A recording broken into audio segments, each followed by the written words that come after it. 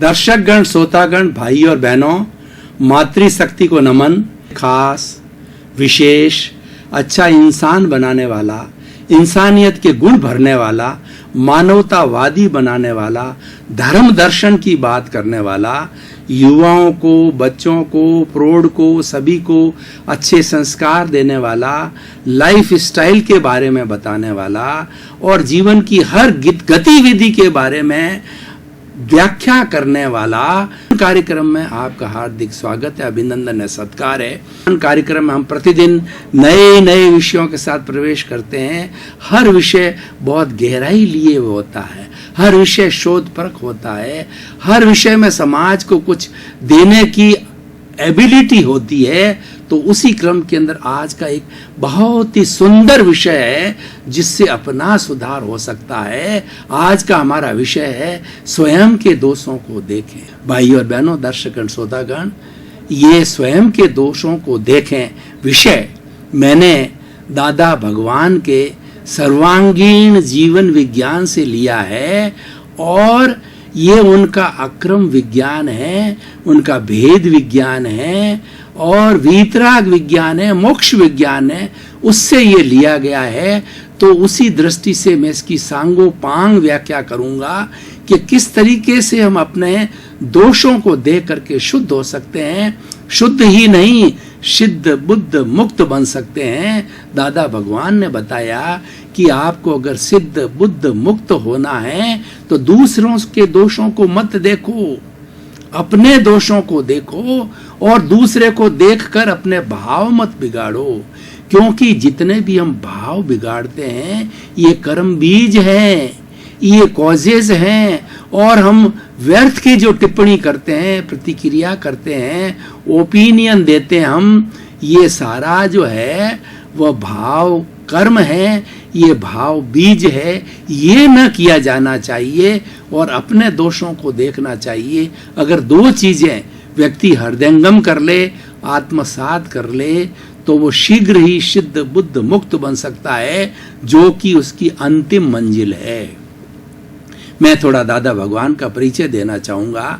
दादा भगवान का नाम था मूलजी भाई पटेल, A.M. पटेल इनका नाम था और आप जो एक कॉन्ट्रैक्टर थे और 1908 में आपका जन्म हुआ था। 1958 में आपको जो है एक बहुत बड़ा ज्ञान हुआ और उसी ज्ञान से फलित हुआ ये अक्रम विज्ञान।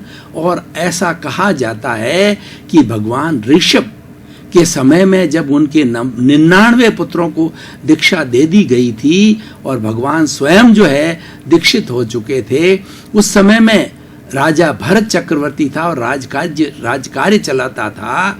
तो भरत जी ने अपने पिताश्री से कहा कि आपने मेरे 99 भाइयों को दीक्षित कर दिया और वो तो मोक्ष चले जाएंगे, तो मेरा क्या होगा?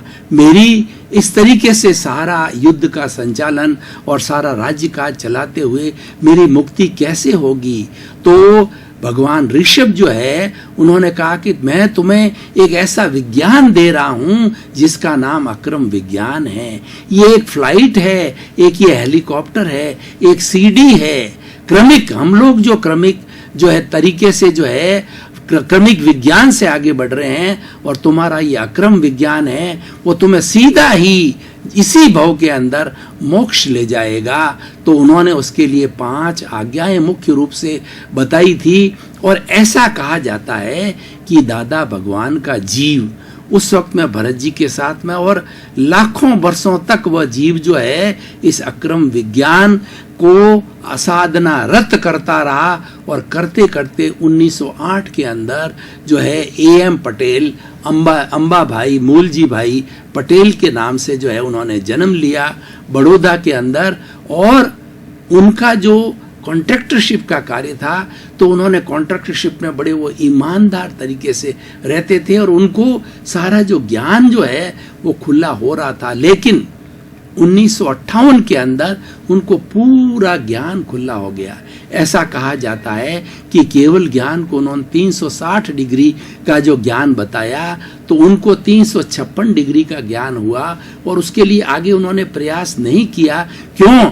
कि इसी भरत क्षेत्र में रह करके वो असंख्य जीवों को तारना चाहते थे, पहले सबको मोक्ष भेज करके फिर मोक्ष देना चाहते थे, इसलिए 4 डिग्री का ज्ञान उनके पास में कम रहा। लेकिन उन्होंने अपने भक्तों को, अपने महात्माओं को 360 डिग्री का ज्ञान दिया और उन्होंने 1958 के बाद से जब वो निर्वाण को गए 1988 में 30 वर्ष तक उन्होंने जो है बराबर इसका अक्रम विज्ञान का प्रचार प्रसार किया और इसके ऊपर साहित्य लिखा गया और इनकी इस कार्य को आगे चलाने के लिए कई आप्तपुत्र दीक्षित हुए। 1970 के बाद में आप्तपुत्र दीक्षित होते रहे और कुछ ही वर्षों के बाद में आपका नाम जो है दादा भगवान रखा गया। दादा भगवान कोई व्यक्ति का नाम नहीं है, दादा भगवान भीतर विराजमान शुद्ध आत्मा भगवान का नाम है। और इनके अक्रम विज्ञान की सबसे बड़ी विशेषता क्या है कि पहला, ये हर वक्त चिंतन करो 24 घंटे कि मैं तो शुद्ध आत्मा हूं और 84 लाख जीवा योनि के अंदर जितने भी प्राणी हैं उन सब की शुद्ध आत्मा है, एक जैसी है। लेकिन वो इस शरीर में उन्होंने रियल और रिलेटिव का जो है फॉर्मूला दिया, जो भी 5 आज्ञा हम बताएंगे। जो ये रिलेटिव है वो रिलेटिव कर्माधीन है, कर्मों के कारण मिलता है। और इस संसार को कौन चलाता है वो सारा बात उन्होंने 5 आज्ञा के अंदर बता दी। और पूरा एक अक्रम विज्ञान इतना सुव्यवस्थित रूप से वीतराग विज्ञान, भेद विज्ञान, मोक्ष विज्ञान, होलिस्टिक साइंस जो हमको मिली है उसके बारे में आज विवेचना करेंगे, जिसका सेंट्रल पॉइंट क्या है। सेंट्रल पॉइंट है अपने दोषों को देखो। जब तक आप अपने दोषों को नहीं देखोगे तब आपका शुद्धिकरण नहीं होगा। दोष किसे कहते हैं? जो आपने किसी न किसी प्राणी को अपने इस संसार रूपी नाटक के प्रारंभ से अध्यक्षण पर्यंत किसी भी प्राणी को कष्ट दिया है, दुख दिया है, पाप किया है, सब पर्यायवाची है। कष्ट कहिए, दुख कहिए, पाप कहिए, दोष कहिए, ये सब पर्यायवाची है। और ये कर्म फल के रूप में, कर्म रज के रूप के अंदर जो है वो बन जाते हैं। और ये कर्म रज हमारी आत्मा के साथ में जुड़ी हुई, जिसको अज्ञान कहा जाता है। उन्होंने इस अज्ञान को हटा करके ज्ञान दिया जो कि 5 आज्ञा में समाहित है। और जो भक्त जिसने ज्ञान लिया उसको महात्मा कहा जाता है। और इन 5 आज्ञा का वो आद्योपांत अगर मान लो पालन करता है तो उसका जीवन धन्य हो जाता है। और 5 आज्ञा के मुख्य रूप से वो अपने ही दोष देखना चालू करता है, अपने ही दोष देखता है, दूसरे के दोष नहीं देखता, दूसरे के गुण देखता है और किसी के प्रति भाव नहीं बिगाड़ता है। उस कारण से उसका बहुत बड़ा विकास होता है। और कबीरदास जी ने भी अपने दोषों को देखने के लिए कहा है कि बुरा जो देखन मैं चला, बुरा न मिलिया कोई, जो दिल खोजा आपना और मुझसे बुरा न कोई। कबीरदास जी ने कितना सुंदर कहा है कि मैं संसार का भ्रमण किया मैंने कि पता लगाऊं कि इस संसार के अंदर कौन व्यक्ति बुरा है, कौन व्यक्ति दोष वाला है। मुझे कोई दोष वाला प्राणी नहीं मिला। और जब मैंने भीतर देखा कि मेरे अंदर इतने इतने दोष भरे हुए हैं कि मुझसे बुरा, मुझसे कोई दोष वाला, मुझसे अधिक पाप कर्म करने वाला इस संसार में प्राणी नहीं है। बंधुओं, ये बहुत बड़ा विज्ञान है। अब हम 5 आज्ञा को लेते हैं। पहली आज्ञा है व्यवहार दृष्टि से, जैसे अपना नाम, व्यवहार दृष्टि से मैं सोहन राज हूं और 84 लाख जीवा योनि के प्राणियों को व्यवहार दृष्टि से नामधारी, देहधारी, पैकिंग रूप में जानता हूं। दूसरी आज्ञा है कि निश्चय दृष्टि से मैं शुद्ध आत्मा हूं। 24 आवर्स चिंतन करो और अपने दोषों को देखने के लिए उनके ज्ञान के अंदर, उन्होंने 5 आज्ञा के अंदर जो ज्ञान दिया, उस ज्ञान के अंदर मुख्य रूप से 2 बातें तय हो जाती है कि मैं शुद्ध आत्मा हूं और इस सृष्टि को चलाने वाला जगत नियंता व्यवस्थित शक्ति है। संजोग मिलकर के संसार को चलाते हैं और वही संजोग जो है वो सारा कार्य करते हैं। मैं करने वाला नहीं हूं, कर्ता भाव समाप्त होता है। दूसरा जो आज्ञा है वो आज्ञा है मैं शुद्ध आत्मा हूं और 84 लाख जीवा योनि के प्राणियों के भीतर विराजमान शुद्ध आत्मा भगवान के दिव्य दृष्टि से दर्शन कर उनको नमन करता हूं। आप भीतर ही भीतर सोचें, किसी को कहना नहीं है, किसी को बतलाना नहीं है। कुआं जा रहा है, गाय जा रही है, भैंस जा रही है, बिल्ली जा रही है, कीड़ा जा रहा है, मकोड़ा जा रहा है, कोई भी जीवित प्राणी हो तो आप उसके भीतर दिव्य दृष्टि से शुद्ध आत्मा का दर्शन करो। उसमें वही शुद्ध आत्मा है जो मेरे में, भगवान राम में, भगवान कृष्ण में, भगवान महावीर में, भगवान ऋषभ में, सिमंदर स्वामी में, दादा भगवान में है। और समस्त जो है तीर्थंकरों के अंदर वही आत्मा है। जो फर्क है, जो रिलेटिव है, वो जिसके अंदर वो विराजमान है, वो अपने अपने कर्मों के बोझ के कारण है। तीसरा, जगत नियंता व्यवस्थित शक्ति, इस संसार को चलाने वाली व्यवस्थित शक्ति है। संयोग मिलकर के ये संसार चलाते हैं। मैं करता नहीं हूँ। कर्ता भाव हमेशा हमेशा के लिए ज्ञान दे करके दादा कर्ता भगवान, दादा जो है कर्ता भाव को हमेशा हमेशा के लिए समाप्त कर देते हैं। जो कर्ता भाव का चार्जिंग है वो हटा दिया जाता है। मन वचन काया की जो 3 बैटरियां हैं जिससे कि कर्ता भाव की चार्जिंग होती है। ये मैंने किया, मैं सोहन राज हूँ, मैं ऊंचे पद वाला हूँ, मैं लेखक हूँ, मैं पैसे वाला हूँ, मैं पिता हूँ, मैं माता हूँ। ये सारी बातें जो है वो कर्ता भाव से जुड़ी हुई है। तो कर्ता भाव को समाप्त कर दिया जाता है। उससे आगे कर्मों का बंधन नहीं होता, यानी राग द्वेष को समाप्त कर दिया जाता ज्ञान दे करके। जो अज्ञान है, मिथ्यात्व है, वो रॉन्ग बिलीफ है, उसको समाप्त करके राइट बिलीफ दी जाती है कि तुम शुद्ध आत्मा हो और इस संसार को चलाने वाली शक्ति है, तुम नहीं हो। वो चलाने वाली शक्ति है, जगत नियंता व्यवस्थित शक्ति है। और तुम ये चिंतन करो कि मैं तो एक निमित्त हूँ, जितने इतने संजोग है उन संजोगों में से एक संजोग हूँ, मैं कर्ता नहीं हूँ। मेरी कर्ता बनने की कोई योग्यता नहीं है। कर्ता भाव का चार्जिंग मेरा हमेशा हमेशा के लिए बंद हो गया है। मात्र डिस्चार्ज चल रहा है। जो मेरे अहंकार का डिस्चार्ज है वो चल रहा है और वो बर्फ की शिला की तरह पिघलता रहेगा। और जितने मेरे पुराने दोष किए हुए हैं वो दोष जो घुलते जाएंगे, वो उन दोषों की हम बात करेंगे। स्वयं के दोषों का निरीक्षण करते करते वो जो धुलते जाएंगे बर्फ की शिला की तरह, और धुल करके फिर जो है वो अधिकतम 15 भव के अंदर वह व्यक्ति सिद्ध बुद्ध मुक्त हो जाता है। और व्यक्ति जो है इन 5 आज्ञा का पालन करके अपने भाव नहीं बिगाड़ता है और कॉजेज नहीं डालता है, किसी के प्रति प्रतिक्रिया नहीं करता है और किसी की दखल नहीं करता है। व्यवस्थित शक्ति को मानता है कि जो कोई भी व्यक्ति अगला कार्य कर रहा है तो उस पर टिप्पणी नहीं करता है कि वो तो अपने कर्मों के अधीन कर रहा है, वो संजोग के अधीन का हो रहा है और व्यवस्थित शक्ति उसको करवा रही है, उसके स्वयं के हाथ में नहीं है। लेकिन फिर भी हम टांग अड़ा देते हैं, दखल कर देते हैं और कोई ओपिनियन देते हैं, अपनी प्रतिक्रिया देते हैं और अपनी जो अभिप्राय दे देते हैं, तो वो कॉजेज कहलाते हैं। वो कॉजेज को बंद कर देना चाहिए। और जितना व्यक्ति कॉजेज को बंद कर देगा उसके भाव कर्म नहीं बनेंगे, और भाव कर्म नहीं होने की वजह से कर्म फल और कर्म परिणाम नहीं आएंगे। और जो 15 भव की अधिकतम सीमा है वो घटते घटते 1 2 3 5 भव के अंदर वो आ जाती है। अगर व्यक्ति के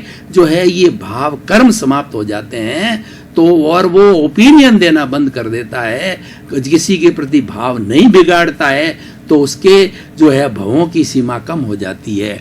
तो इस तरीके से तीसरा ये है जगत नियंता व्यवस्थित शक्ति। चौथा जो है फाइलों का संभावपूर्वक निपटारा करना।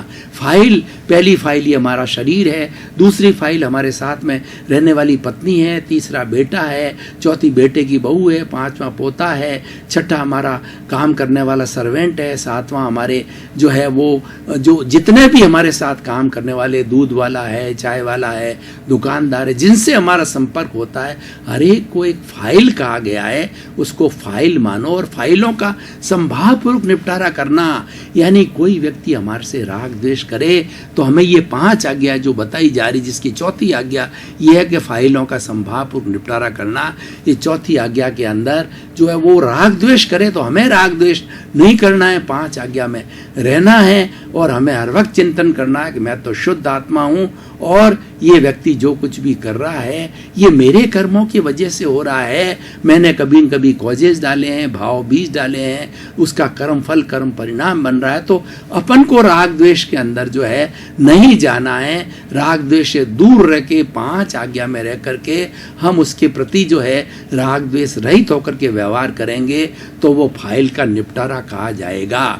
और चिंतन हर वक्त रहना चाहिए, मैं शुद्ध आत्मा हूँ और जगत नियंता व्यवस्थित शक्ति है। दो बातें पक्की हो जाती है, रियल और रिलेटिव। ये जो शरीर है मेरा रिलेटिव है, और इस रिलेटिव के अंदर ज्ञान लेने के बाद में सारा डिस्चार्ज हो रहा है। उस डिस्चार्ज को मैं देखने वाला, जानने वाला हूँ, मैं करता नहीं हूँ, मैं ज्ञाता हूँ, दृष्टा हूँ, मैं शुद्ध आत्मा हूँ। ये चिंतन करना होता है। और 5 सूत्र बहुत जोरदार दादा भगवान ने दिए, जो कि अपने दोषों को देखने के लिए हैं। सबसे बड़ा जो दिया, जगत निर्दोष, सब मेरा दोष। देखिए कि दुनिया के अंदर कोई भी व्यक्ति, कोई ऐसी ताकत नहीं है जो कि आपका भला कर सके। चाहे 33 करोड़ देवी देवताओं में से कोई देवता ऐसा नहीं है जो कि आपका भला कर सके, और कोई ऐसा पावरफुल देवता नहीं है जो आपका बुरा कर सके। मात्र आपके जो कर्म फल, कर्म परिणाम है, जो बीज बोए हुए हैं, उसी की वजह से आपको सुख दुख मिलता है। तो सारी दुनिया को निर्दोष मानो, उनको दोष रहित देखो, उसके अंदर दोष मत देखो।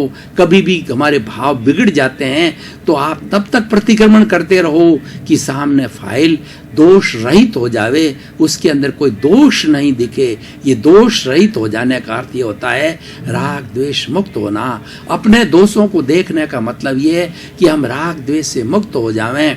तो इस तरीके से जो कोई भी प्राणी हमारा अनिष्ट करता है, हमारे को तकलीफ देता है, हमको कष्ट देता है, तो वो तो मात्र निमित्त है, उसका कोई दोष नहीं है। किसी न किसी जन्म में हमने उसके साथ में इस तरीके का कार्य किया है, जो हम कर्म बीज डाले हैं। आज कर्म फल परिणाम, कर्म फल और कर्म परिणाम बन करके आए हैं, तभी वो कर रहा है। वो तो मेरा हिसाब है, वो हिसाब चुकता हो रहा है, वो हमें एनओसी दे रहा है। इसी तरीके से हमें सब फाइलों से 84 लाख जीवा योनि से एनओसी लेनी है, और जब एनओसी ले लेंगे तब हम सिद्ध बुद्ध और मुक्त हो जाएंगे। अपने दोषों को देखने से ही हमें एनओसी प्राप्त होगी। और उसके बाद में दूसरा व्यवहारिक जो है नियम दादा ने दिया, वो ये कि टकराव टालिए। आज की दुनिया में सब काम लेकर के तू मैं, टिट फॉर टैट, एक के ऊपर दूसरा, नेले पे देला, ये टकराव चलता रहता है। जो महात्मा होते हैं, जो ज्ञानी पुरुष होते हैं, जिसने ज्ञान लिया हुआ होता है, और उस महात्मा, वो उन लोगों को जो है वो टकराव से दूर रहना चाहिए। उन्हें क्षमा याचना कर देनी चाहिए कि भाई मेरे से कोई बुरा हुआ है तो मैं क्षमा चाहता हूँ, आपको कष्ट पहुंचा है। तो उसको हर वक्त चिंतन करना चाहिए कि, और सुबह उठ करके प्रार्थना करनी चाहिए कि प्राप्त मन वचन का ऐसे जगत के किसी भी प्राणी को किंचित मात्र भी दुख हुआ हो तो मुझे क्षमा करो, क्षमा करो, क्षमा करो। क्षमा मांगनी कि मैंने किसी से मैं दुख न दूं और न भविष्य के अंदर दुख न देने का संकल्प करूं। ये सारी बातें आगे आएगी। तो इस तरीके से जो ये, और अगला जो उन्होंने एक सूत्र दिया है कि एडजस्ट एवरीवेयर। इस दुनिया के अंदर हम जहाँ रहते हैं, घर में, परिवार के अंदर और हमारी कर्म भूमि में, तो जहाँ पर कोई भी कहीं पर भी कोई राग द्वेष होता है, वहाँ निंदा स्तुति होता है, मान अपमान होता है, सर्दी गर्मी होती है, हर चीज़ को सहन करो और हर जगह एडजस्ट हो जाओ। हर परिस्थिति में अपने आप को एडजस्ट करो, और उसके बाद में ये भुगते उसकी भूल एक उन्होंने सिद्धांत दिया। यानी मेरे साथ जो कोई भी तकलीफ हो रही है, जो भी मैं कष्ट सहन कर रहा हूँ, जो भी मैं दुख कर रहा हूँ, इसके लिए दोषी कोई नहीं है। स्वयं के 10 दोष देखो हर एक के अंदर, इसके लिए मैं स्वयं दोषी हूँ। मैंने कोई न कोई जन्म के अंदर जो है कर्म बीज डाले हैं, जो आज कर्म फल कर्म परिणाम के इस निमित्त के माध्यम से होकर के आ रहे हैं मेरे, तो उसको जो है वो भुगतता है, उसकी भूल है और किसी की भूल नहीं है। और ये सृष्टि का नियम है, ईश्वर का नियम है, वह सो न्याय है, उसको आप स्वीकार करो। दर्शकगण भाई और बहनों, आपका बहुत बहुत धन्यवाद। कार्यक्रम को आप नियमित रूप से देख रहे हो, कार्यक्रम की आप आत्मा हो, कार्यक्रम सफलता को प्राप्त हो रहा है। कार्यक्रम को देखते रहिए, हमको प्रोत्साहन मिलेगा कि हम अच्छे विचार, अच्छी विधायक भाव, अच्छे एपिसोड लेकर के आपके सामने आए और आपके चिंतन की धारा को शुद्ध करें। इसी क्रम के आपका जीवन आनंदमय हो, मंगलमय हो, सुखमय हो। आप खूब जिंदगी में परोपकार करें।